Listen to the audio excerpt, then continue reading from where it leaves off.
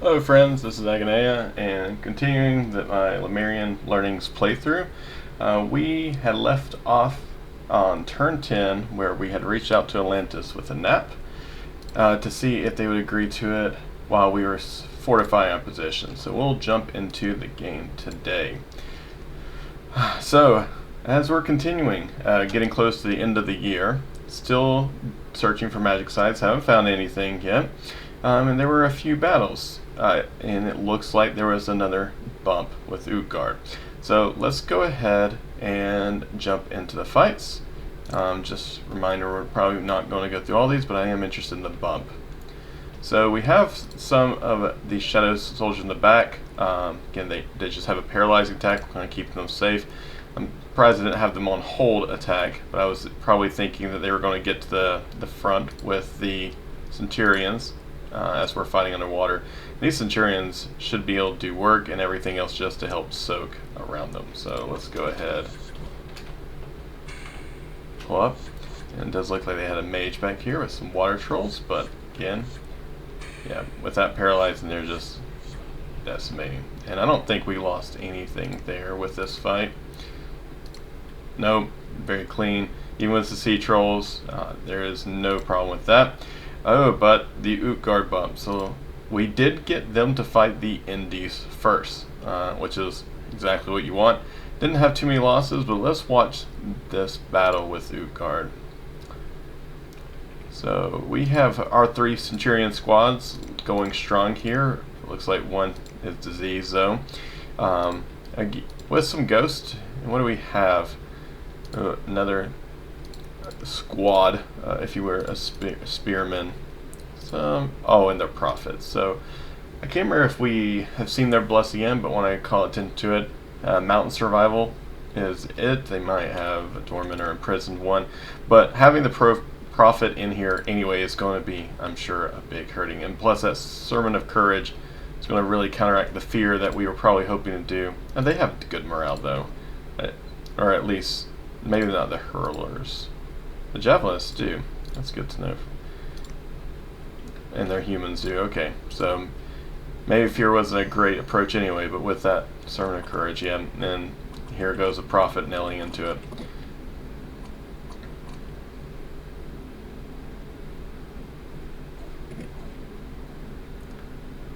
I lost one Centurion already. Let's see how much of a hit that was. Just crushed in the head. It's rolled. Wow. Yeah.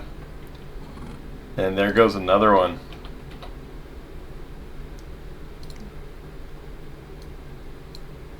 So here's their prophet just doing work and just destroying the ghost. This is not going to turn out well for Lemuria, I don't think. So this is a second bump with Utgard and the second win that they have. So Utgard is definitely pressuring Lemuria. Yep, and here as the route starts. It looks like we get one Centurion away and some few ghosts.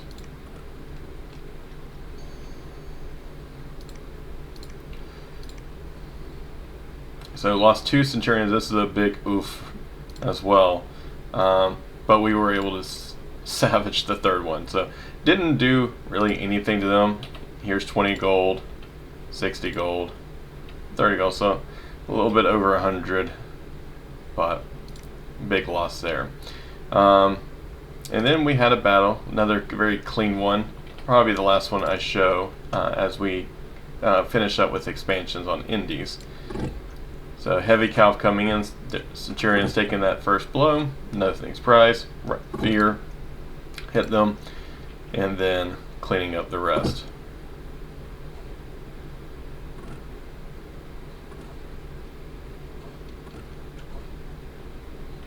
That's all she wrote.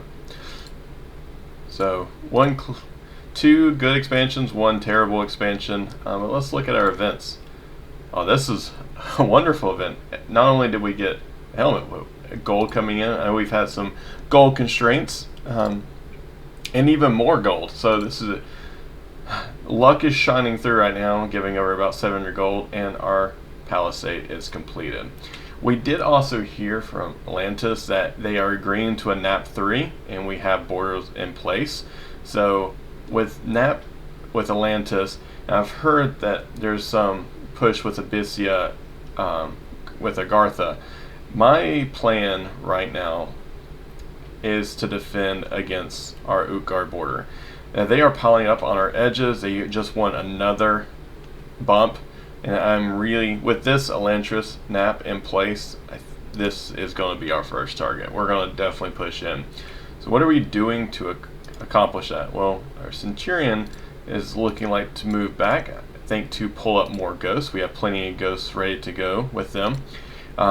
We have another, I think we had this mage spawn. I can't remember if we got another one or not, but they are sneaking, probably to build a lab.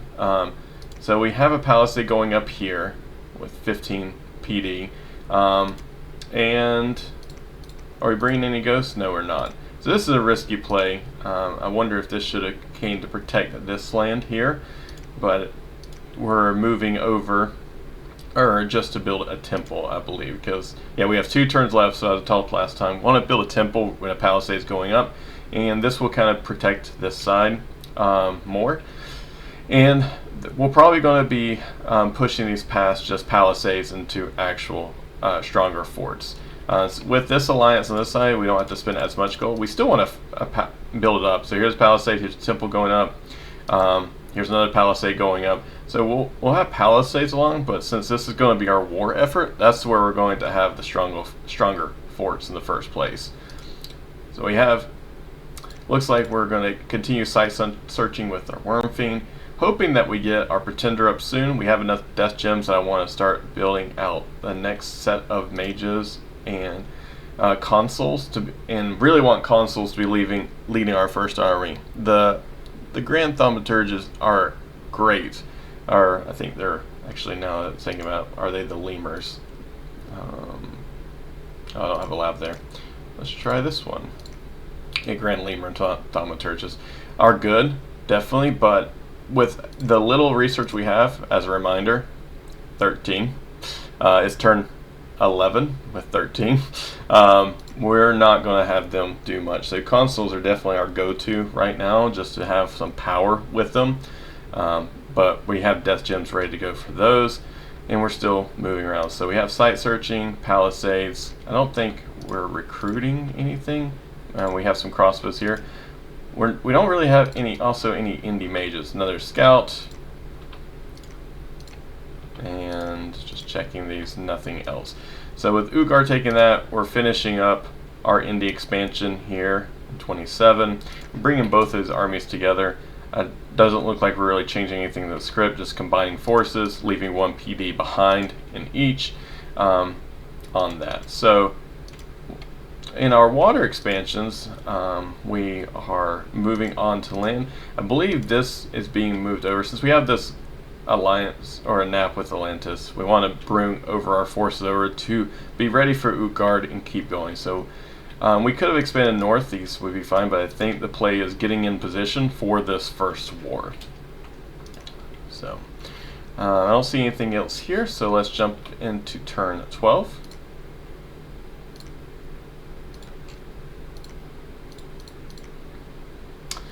So here is that indie site. We lost a Centurion. I do want to see what happened here.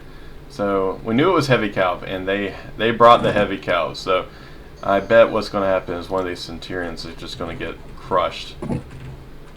Actually, they are all good with that initial charge. What happened? It must have been I guess a lucky crossbow. No, so crossbow hit with, oh, this is a very low protection roll, so got 8 points, and then a huge hit from this heavy cow just demolished. So just bad, looks like just bad luck. I'm sure we do that so many times and not see that again. And so here comes a priest. Now, one thing we've talked about, I just want to look at this again. I think we had brought these back right outside of priest range, but I want to make sure. Yeah, so even though they have a priest, there's just not being able to actually do anything to our ghosts. This was like right at the line. And as soon as we cross, you're going to start seeing banishments come in. Yep, right here. So that was really good positioning, at least, to stay out of the priest range while we did kill it. Took care of the heavy calv. And no other issues. So losing Centurion, again, these, I like to think of them from what I'm imagining as my first war commanders, but we've lost several at this point, so we'll see how that works out. What other things we have? We have unexpected event, more air gems. We can tap into air, so great to see as well.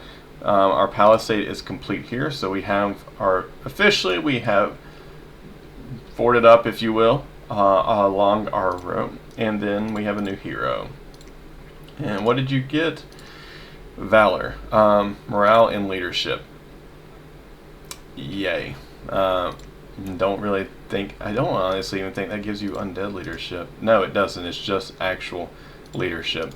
I guess it will help with the ghosts do have morale, so, but that's a very weak one in my very naive experience.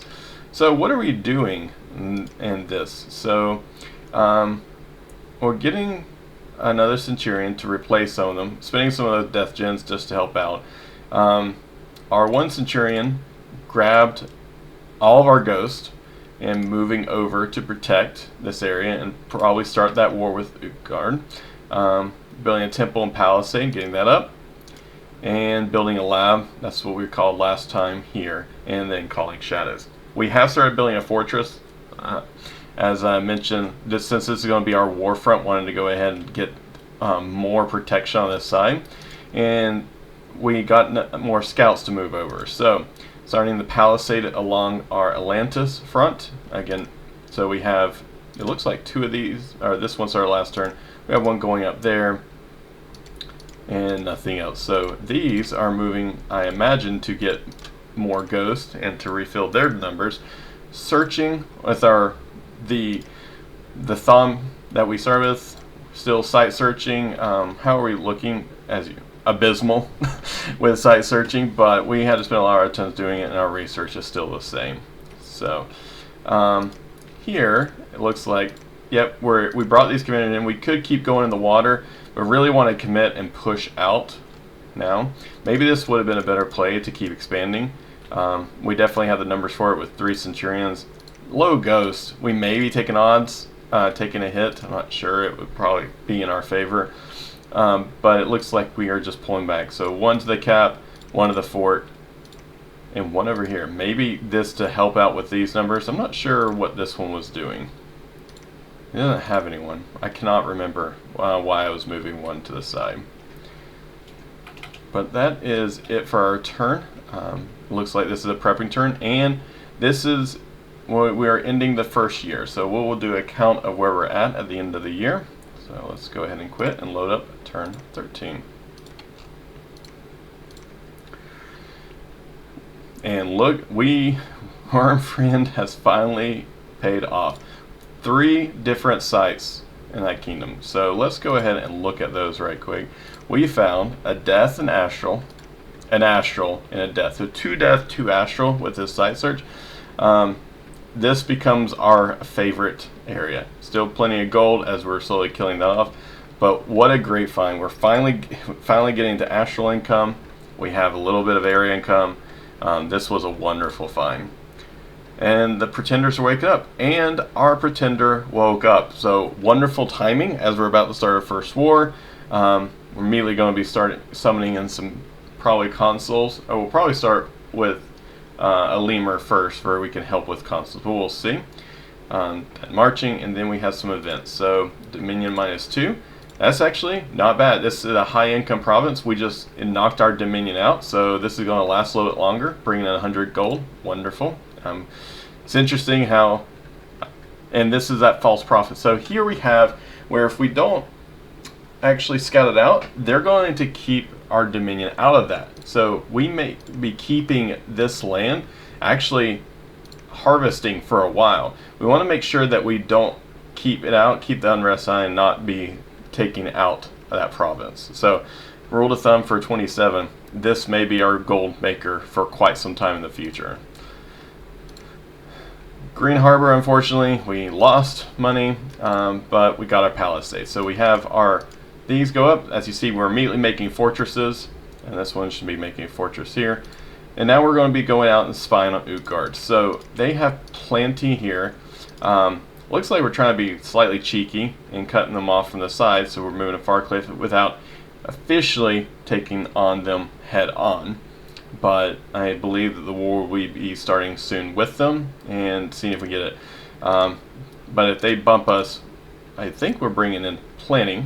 So instead of having this centurion up front, we have them in line formation. I was surprised. I thought I would keep with sparse. At least we had the front one with sparse line to be. These are our faster troops at combat speed 12. So they're running up to shoot, and then the ones behind them are filling in those gaps to hit. So, and the Centurion is in the back and at attack closest. So we'll be funneling in though. So taking Farcliffe. What are the rest doing? So he is defending. Looks like getting Ghost. So let's talk a little bit about our Pretender and design since they came out. So I actually, when I was looking at different Pretenders, I took this one as a first stab from Lucid. He really had a great suggestion by going in and getting Awe, and that kind of goes with our PD. We've talked about this one PD, and really taking this value is that it already has a fear aura, fear of 6, right? And now when they bless themselves, they're going to be bringing in Awe. So they have recuperation, they're going to have undead regeneration. Because he's not blessed. And then you're going to have Awe as well. That when this army is fighting, you may even see some routing with just this one PD. You get so much value for 1 gold, and killing off our armies just with one of these Lemur Acolytes is worth it. So the main focus is have a breadth, high research, be able to really hit that Awe, can sight search, high death, and high nature. And we need that high death for, as you see, the first thing we're doing is spending 50 death gems. I believe that's what he was doing. Now let me reload it because I might have made a mistake. I think he's spending 50 death gems. Yes. Lemur console. So, no, he is doing a console. I didn't do the Grand Lemurs. 25 death gems, excuse me, to get that army out. So I'm wondering if I did this first to help with the arm. Oh, I just saw my notes. So the reason why I decided to go with the console is to have a turn to profit. Since I want to be hitting not next turn, but the turn after with Utgard, I'm giving myself a turn to profitize the console and send him out with the army to have a Holy 4, and then having enough to bring in the Grand Lemur. So, got that wrong. But if I wasn't going to start my war, I think I would bring in the Lemur first before the console. That way I'll have 2 Death 3 to be able to summon. But he's already starting to work and getting that out. So, I think the rest of these consoles, I made one last turn. He didn't pick up anything. He's going to move to collect ghosts of the other one. This one came in, looks like, and he's taking ghosts himself, so they're moving together. This one, I wonder if I was just pulling back to big ghosts and maybe forgot that I made a console here, but regardless, moving to the cap, maybe ready in the future to bring ghosts with me. So, again, along our western front, we're just building up, but not looking to really push more on Atlanta's side, since we don't want to upset these relations. And then focusing our effort on Utgard. So let's jump in to the next. Let's figure out where we are at the end of the year. So under 1,000 gold, but we have 3 palisades up, or 4 palisades up, excuse me, and with 2 of those going all the way up into fortresses. We have 4 temples and 1 lab. And without this site, we would have had 1 magic site that we didn't even search out, but with this one, we suddenly sprung ahead. With our provinces, we have 1, 2, 3, 4, 5, 6, 7, 8, 9, 10, 11, 12, 13, 14, 15, 16, 17, 18. So 18 provinces. With this, Nap on one side. Had 2 bumps. Again, I would still consider this good with where we're at. We haven't looked at much of these thrones, so we'll take a second to look at thrones as well. We're playing for 4 thrones for victory. 2, I'm kind of worried, are like right beside my cap, and so other people are looking at that as well. They have just a lot of mess, and we haven't scouted out to see what kind of mages are here, but we have 2 more that are fairly close by as well. If you're looking at Atlantis, they're not in a great position. They're going to have to go to war for thrones. Abyssia not worry about, and I have rumblings. Who are we missing? We have Gath, Crossgo. So we do not know where Argartha is, and we don't know where Marignan is. So they're in this area somewhere, since we can see everything else on land. But even if they're, let's say, in the middle here, they're still far enough for thrones. So there's a little bit of a target on Lemuria right now with how the thrones distributed are. But with me building infrastructure, I've not even started. I need to scout them, and I think I do scout in the next few turns. But my main priority is going and taking out and trying to fight a war with Utgard. So let's jump to 14 before we call this one. I'll do one more. So 14, we summon our consul, and I mentioned looking to prophetize them. We had a battle with the Indies where we were trying to be quite cheeky at. They had nothing huge here, more loss than they want, but it's probably because we didn't bring our Centurions. So without the Centurions in the front, they are going to take losses. I mean, the Ethereal will help, but with 0 protection, they're going to die. Our events, so natural or random selection of gems, wonderful, and more unrest and misfortune, not so great. So this province is bringing not much at all, and this one continues to be great because of the Dominion getting hit there. So turn 14, we have our console. We went ahead and put the helmet that we got a few turns ago, black steel, to help with protection. We're prophetizing them to be leading our first war, and now we're summoning our Grand Lemur. So let's go like usual from left to right. So moving some troops around, looking, it looks like, to get a temple there. Palisades going up. Temple is already built. Searching. Palisade is finishing up. We'll have our priests be able to build a temple here. What else is coming over here? I think, oh, it's this for Ghost to be able to help with moving. Let me close that. This Discord's making sounds.